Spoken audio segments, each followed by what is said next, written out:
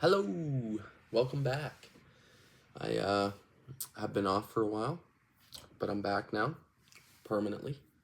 My videos will start rolling out now on a more quicker basis.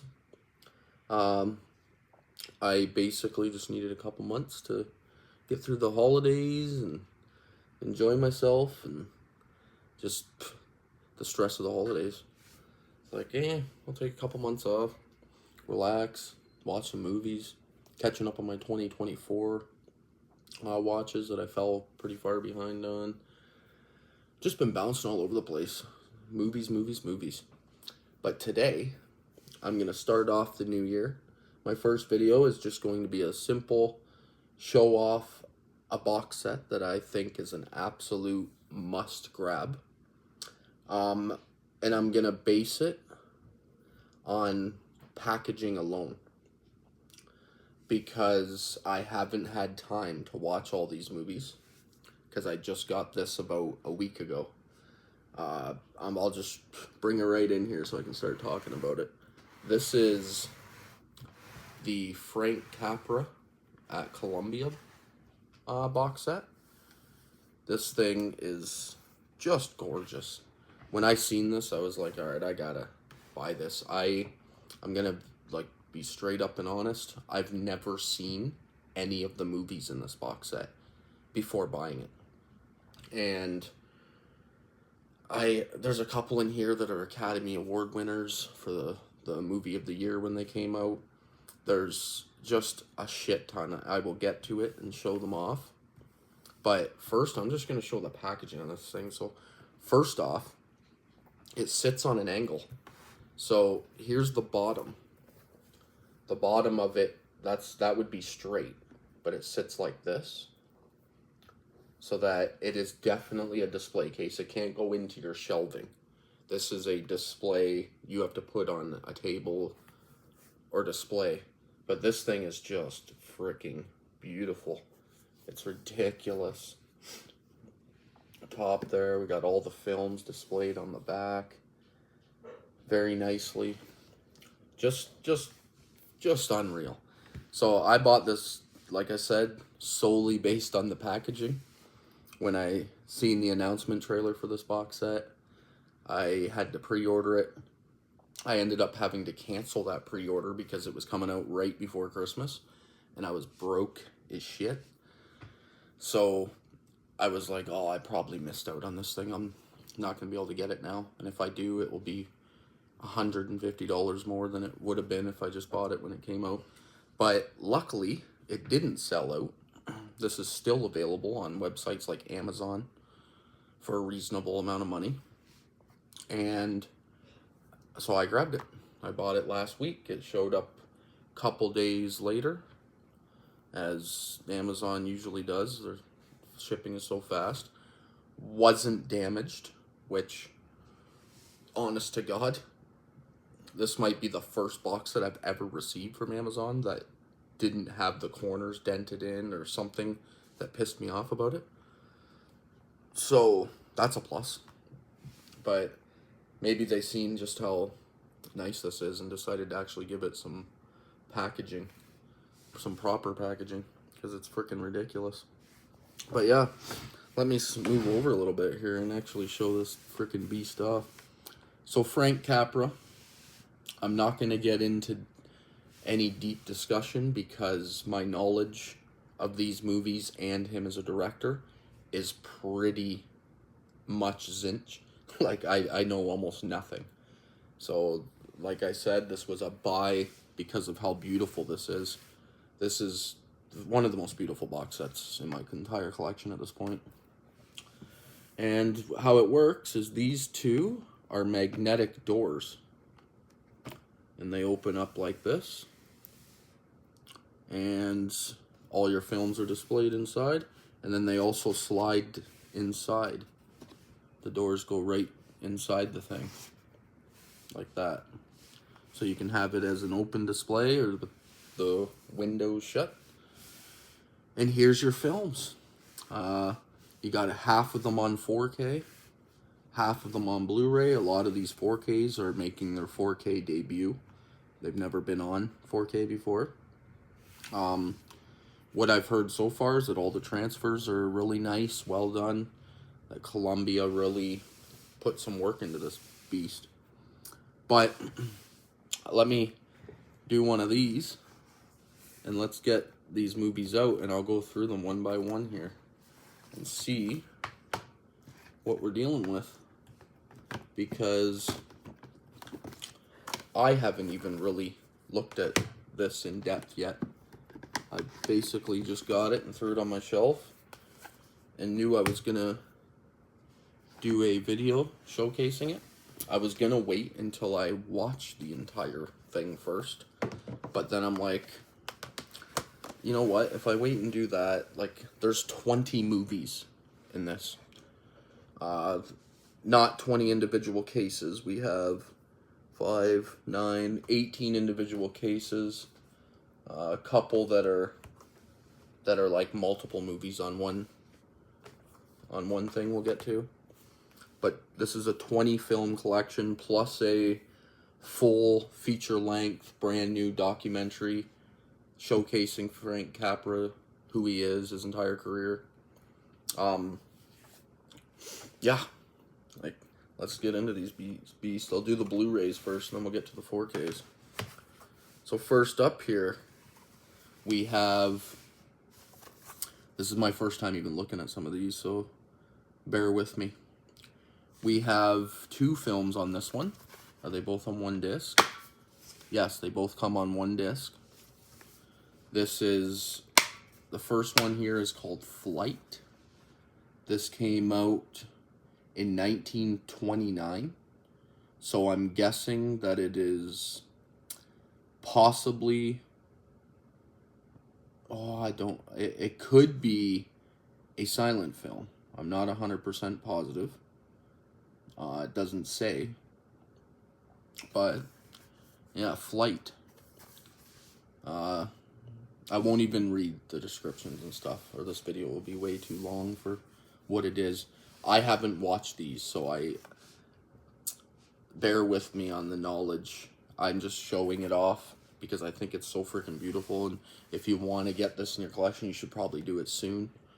If I waited to watch all these movies and then do this video, it might take me a bit. This is a lot of old movies, and it's going to take me, like, I'll probably knock one out here and there over the course of a few months, right?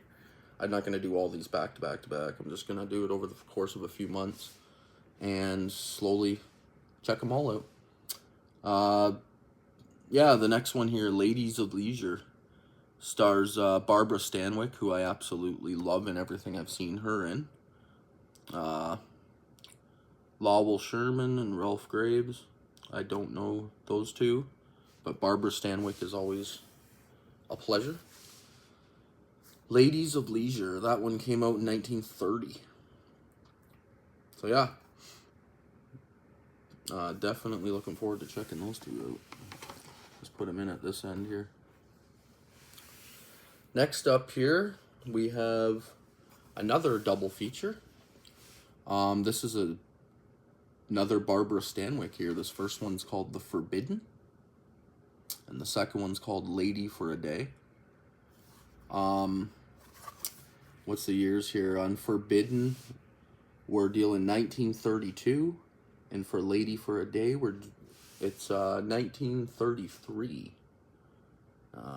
Barbara Stanwyck again. That's exciting.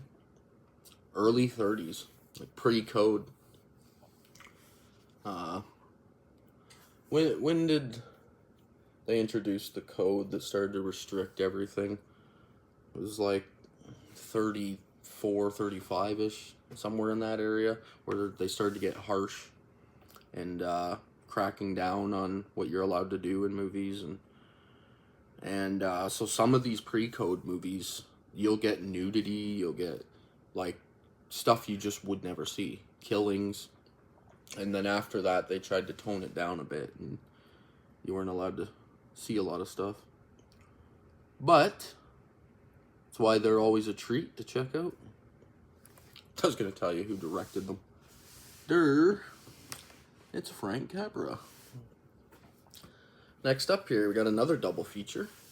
This one is American Madness and The Bitter Tea of General Yen. I've heard of Bitter Tea. Pretty sure that won some awards. We have Barbara Stanwyck again, making another appearance in Bitter Tea of General Yen, which was 1932. And the other one's 1932 as well. Oh man, see, just doing this video, I'm gonna throw one of these on as soon as I'm done. Watch one tonight. Begin my long journey of checking out all these. Like Frank Capra, he's considered one of the greatest directors of all time. And like, I know some of his big movies that I'll be getting to. They're all on 4K here. And I've just never watched them. So I'm excited. Yeah. Next up here, this one is the Mr. America documentary. It gets its own disc here. It says, Frank Capra, Mr. America, tells the story of Frank Capra, a young immigrant who rose through the ranks of early Hollywood to become one of the great American storytellers and one of the most successful and influential film directors of his generation. His iconic films, including a bunch of them I'm going to get to right here, offered an inspiring vision of America where ideals win out, integrity triumphs, and ordinary people have their day. The documentary uses never-before-seen footage and audio tapes from Capra's life to examine his career and relationship with America itself, offering a portrait of the complicated man whose tales of hope in difficult times will speak to audiences even today. Excited about this feature-length documentary. This was made in 2024 for this box set. 93 minutes on that. And it comes with special features as well. So, can't wait to check that out as well. I'm going to stick that one down at the end here, so makes sense a bit. Watch that at the end after I've watched all the films here. Next one up here. This is That Certain Thing. I don't know this one at all. This is 1928, so this is probably silent, I would assume.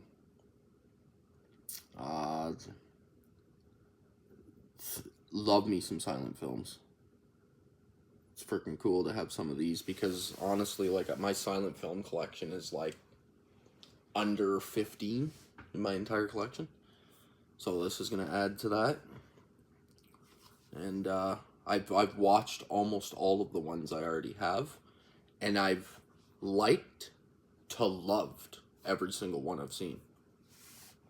Just a different era, different film style. It really demands your attention, and it's wild. It changed my my outlook on film in general, cinema history, watching some silent films. Makes you appreciate everything. But yeah, That Certain Thing. Next up here, this one's definitely silent. I can tell just by the cover alone. This one's called The Way of the Strong. This one came out in 1928 again. So this is early stuff here. This one's only 58 minutes, which I appreciate. A nice short film. Get straight to the point. This one, I'll read the synopsis on a couple here. This one says, Handsome Williams, played by Mitchell Lewis, is a bootlegger who takes in the down-and-out Nora, played by Alice Day. Nora eventually finds herself in the middle of a gang war between Williams and his chief rival, Tiger Louie, played by William Norton Bailey. So, early gangster film. Down for that. Silent gangster. That's interesting. The Way of the Strong. Next up here, we got So This Is Love. This one looks early again. We got 1928 again here. So he was busy in 28. Jeez. That's crazy. This one says, dress designer Jerry Maguire, played by William Collier Jr., is secretly in love with Hilda Jensen, played by Shirley Mason, who works at the delicatessen. Jeez, I'm going to test my reading ability here. Delicatessen? Sorry. That's the best I can do on that one. But Hilda is in love with the self-admiring Pugula Spike Mullins, played by Johnny Walker. Johnny Walker. Can Jerry summon up the courage to woo Hilda? And more importantly, stand up to Spike? So, the little guy trying to get the girl kind of story. Done in what looks like silent. All of these come with commentaries too, I've noticed. Commentaries for each movie, so you can watch film historians talk about the movie and explain stuff to you, which I always love. I love a good commentary, especially by film historians, because it just, I don't know, it just overloads you with knowledge. Ooh, we got another Barbara Stanwyck here. This is The Miracle Woman. Yeah, she was really active. Huge actress back then, 1931. The early 30s are her, like, the top of her, peak of her career. Freaking wild. Can't wait. I'm not going to read all the synopsises. I know you guys don't care. This one has Ron Howard commentary. Director Ron Howard doing a commentary on this one. So this must be one of his faves. And then the last one on Blu-ray, it's called Rain or Shine. This is 1930. So coming to the end of the silent film era here. Sorry, I'm reading them. I should just read them aloud. Stupid. This says it includes both the domestic and international versions of the film. So I always love to try and figure out what the difference is between those. The domestic version is 88 minutes and the international version is 68. 20-minute difference. Huh. That's wild. This one says Mark Rainey inherits her late father's... Oh, it's Mary Rainey. Inherits her late father's financially floundering circus with the help of her manager Smiley Johnson, played by the vaudeville legend Joe Cook in a rare on-screen performance. Rainey tries to salvage the big top and bring in bigger crowds. A very early Frank Capra film based on the hit Broadway musical, which also starred Joe Cook as Smiley. So we got a legendary Broadway actor, Joe Cook, coming in here and making a film appearance. Wild. Okay. I will take it. And then, what do we got here? Start here. This is the first 4K. This one's called The Younger Generation. I think this was nominated for awards back when it came out. This comes with the 4Ks and the Blu-rays too, all these. 4Ks coming up. Comes with both. In case, like, they would have to do that, because if you don't have, they can't do that bullshit where they're like, we're just giving you the 4K. And if you want the Blu-ray, buy it separately. They can't do that with a box set like this, because a lot of people would just pass on the box set that haven't upgraded to 4K yet. If half the movies were 4K. I would have loved to get this entire box set as a 4K box set, but I appreciate them doing what they did. I'm happy with this. Obviously, a lot of these older films were just harder to do a 4K on. It probably would have cost them a fortune. This box set would have ended up costing $700. So, I'm happy about that. This one is in this heart tugger, the son of a Jewish pushcart vendor works his way up the ladder of success and moves his family to a classy address. Ashamed of his humble background, he introduces his mother and father as his domestics when the wealthy parents of the woman he hopes to marry stop by for a visit. So this will be one of those classic, like, I'm guessing, I don't know, I haven't seen this, but this will be like one of those classic, your parents have to fake who they are storylines while your in-laws are over kind of thing. It's probably comedic, I'm guessing. I'm not sure. I would guess that's comedic. But yeah, can't wait to check it out. Can't wait to check out these transfers too on some of these. This one is 1929. Jeez. That's freaking crazy. The ages on some of these. Alright, now this one is dirigible. I don't even, like, jeez, I know what this movie is. It's like a war movie, I believe. What do we got here? This stars adventure duo Jack Holt and Ralph Graves. Graves plays Lieutenant Frisky Pierce, a pilot flying over the South Pole, planning to land and plant the American flag there. When the plane crashes, the occupants must trudge through freezing weather back to civilization. Well, it's a classic crash in the Arctic type storyline. That's interesting, actually. 4K Blu-ray. This one is 1931. So yeah, I can't really say much. There's not any special features on this one either. It's just the theatrical trailer on the Blu-ray disc. Yeah. I don't even know if I pronounced that right. Dirigible? I think that's how you say that, right? Jeez. Next up here, this is one I've been actually looking forward to watching. This one I have heard of, and I've heard it's pretty good, and this one's called Submarine. Starring Jack Holt again. He's in a lot of these, so must have been a big Columbia Pictures player back then.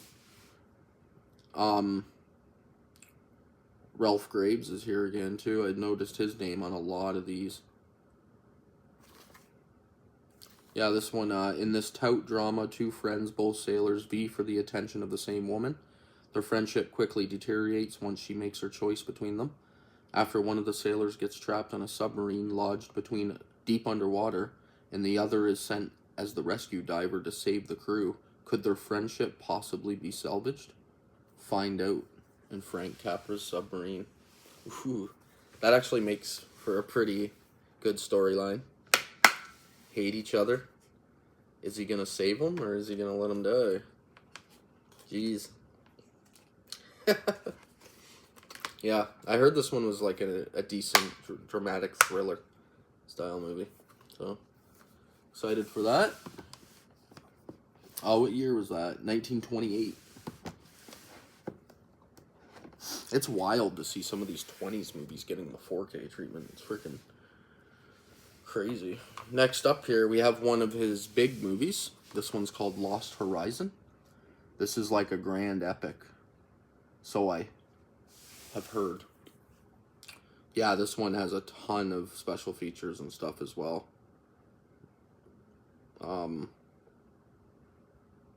Yeah. I'll give you a little synopsis here. Escape into the lavishly produced Frank Capra classic, Lost Horizon. Based on the best-selling novel by James Hilton, Ronald Colman and Jane Wyatt star in this unique journey to the enchanted paradise of Shangri-La, where time stands still. So yeah, I just heard this is like a beautiful, epic masterpiece. Dolby Vision too, jeez. They, doesn't say anything about Atmos, just Dolby Vision, but that's fine. A lot of these old movies, they can't do in Dolby Atmos. They usually come in like 2.0, but this one does say DTS HD Master Audio. This is 133 minutes, so this one's breaking 2 hours. This is 1937. So, jump a few years here on this one, which is cool. I am super excited for this one.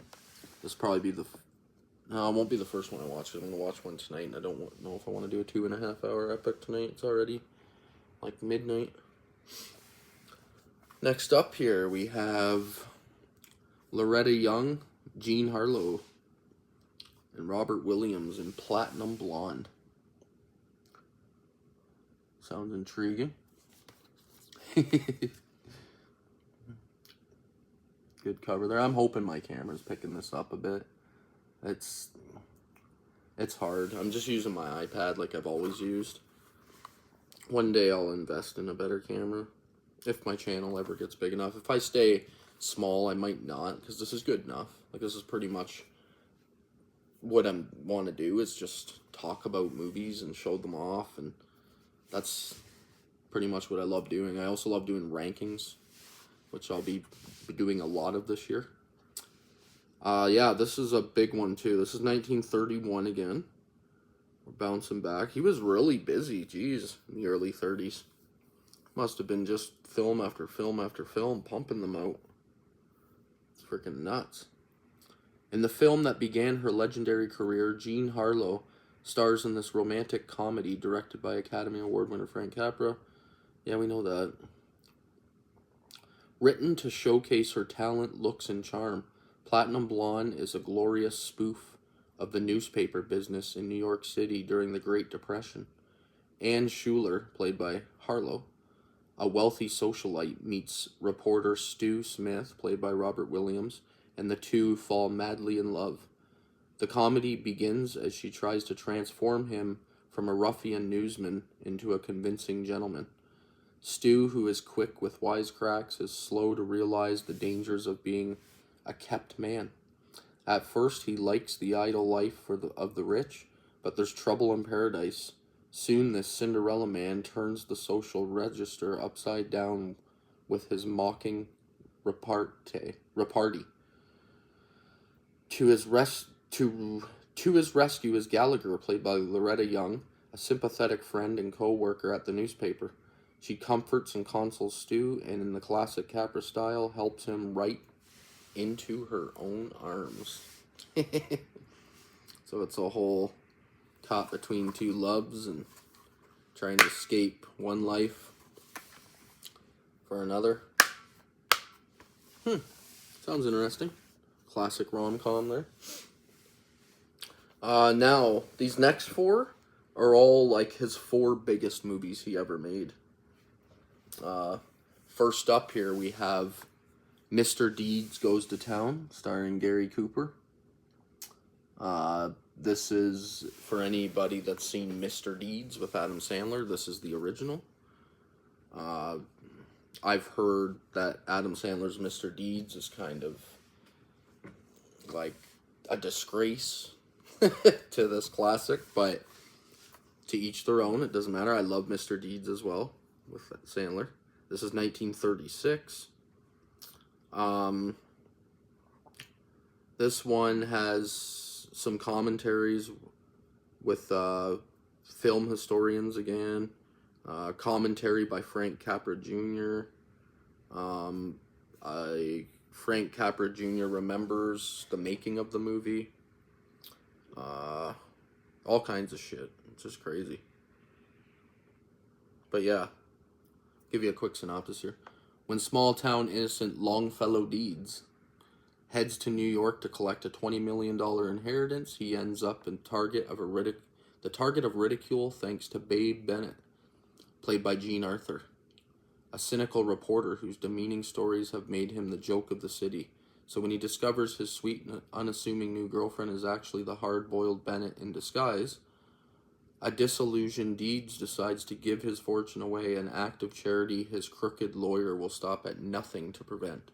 Frank Capra's Mr. Deeds Goes to Town is the quintessential screwball comedy, an irresistible blend of laughter, wit, and romance. Winner of the 1936 Academy Award for Best Director. Yeah, this is one of his beasts. Yeah, 1936. Excited to watch that one. Sounds exactly like Mr. Deeds, but it's cool to watch the classic and see what it came from. This is another one. This might be his biggest, actually, here. This is It Happened One Night, starring Clark Gable and Claudette Colbert. This is, says right on it, winner of 5 Academy Awards, including the 1934 Best Picture Award. I haven't seen It Happened One Night. This might be the one I watch tonight. 105 minutes, so probably. Just because this is the beast. Tons of special features here again. Commentaries, all kinds of shit. Featurettes. When her father threatens to annul her marriage to a fortune-hunting playboy, spoiled heiress Ellie Andrews hops a cross-country bus to New York, where she plans to live happily ever after with her handsome new hubby. Romantic complications soon arise. However, when she's befriended by fellow passenger Peter Warren, a brash and breezy reporter who offers his help in exchange for her exclusive story. Sorry, I did not read that good. The writing is so tiny that my eyes, I need like glasses. Yeah, winner of all 5 major 1934 Academy Awards. Picture, actor, actress, screenplay, and director. Took home the big 5.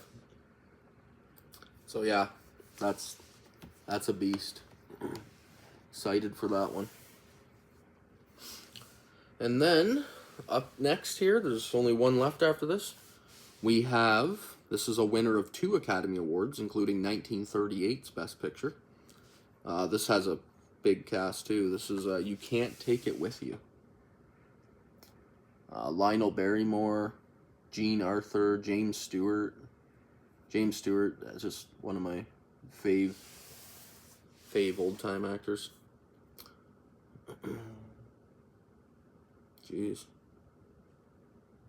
Yeah. I'm not going to even bother. Buy these. Buy this box set before it disappears. Honestly, this is like classic cinema. I wish they did a lot like this, man. I hope next year. I hope this sells out, and then next year we get like another classic director's entire filmography with whatever studio decides to put it out. Because this is just unreal. It's like, I don't know. I love historic movies, and I never used to.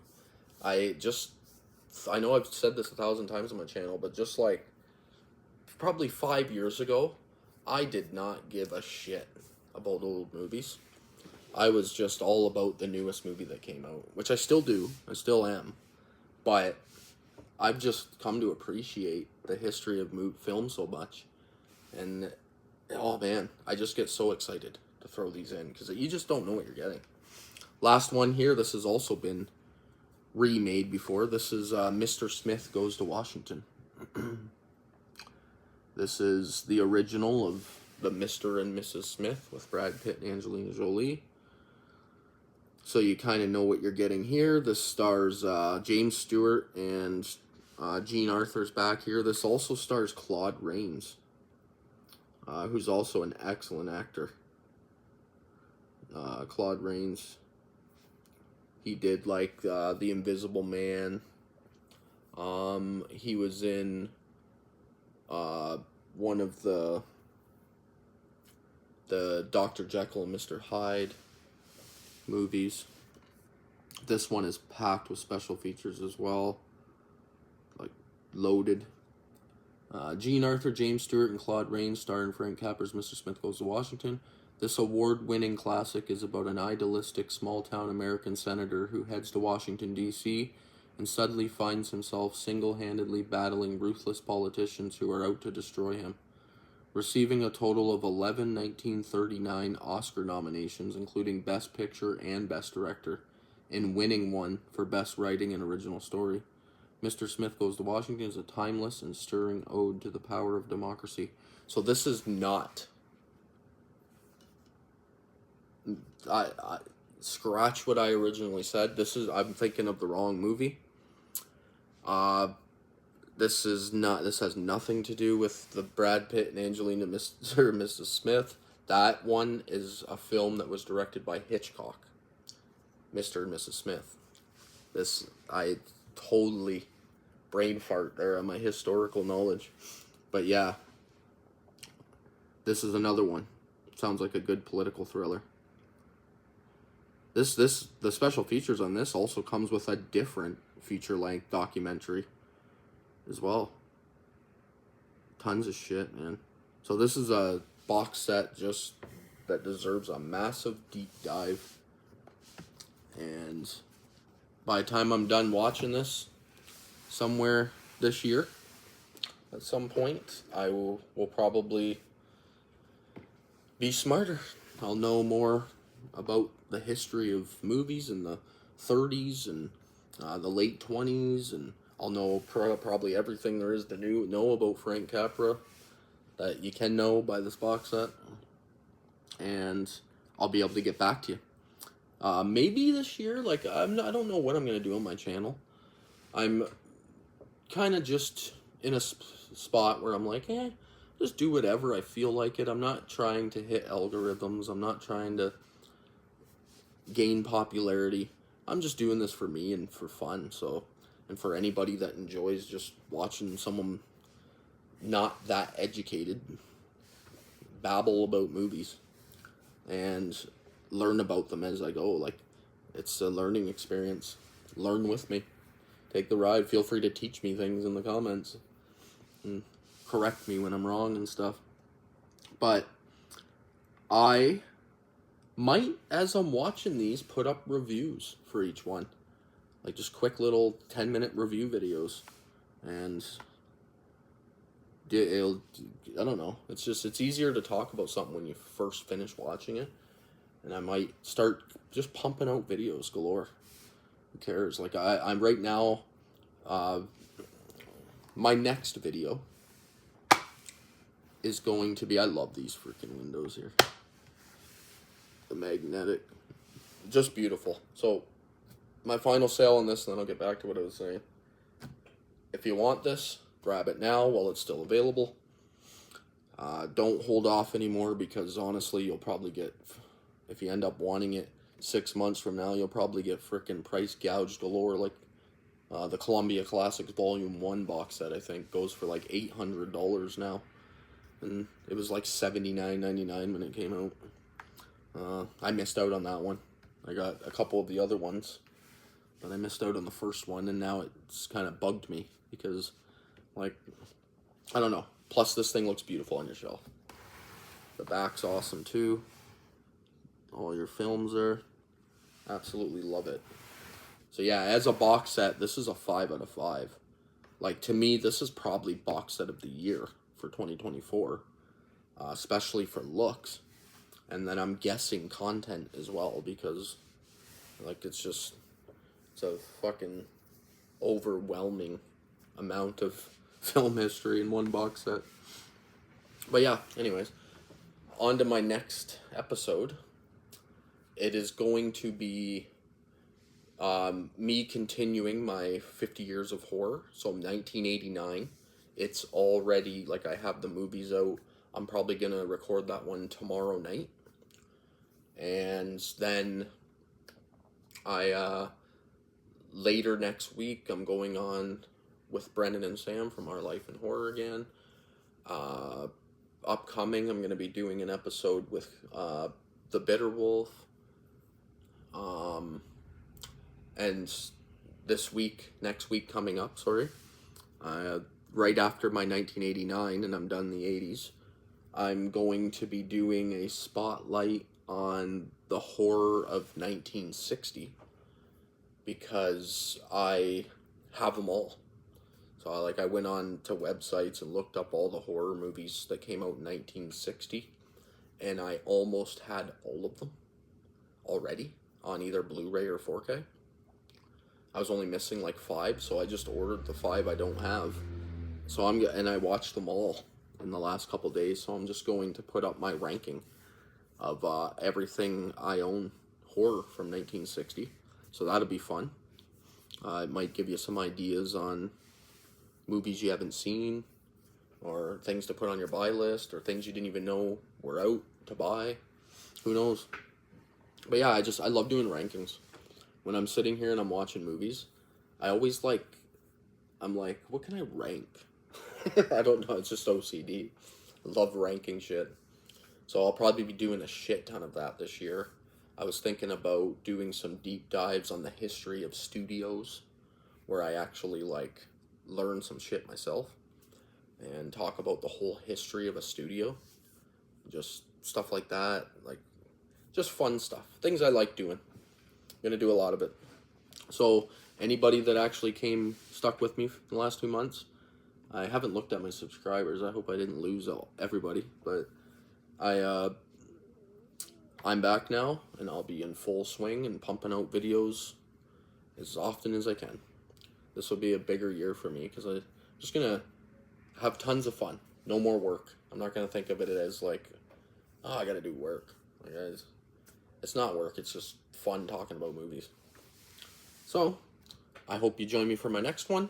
Add this beast to your collection, and I'll talk to you in the next one.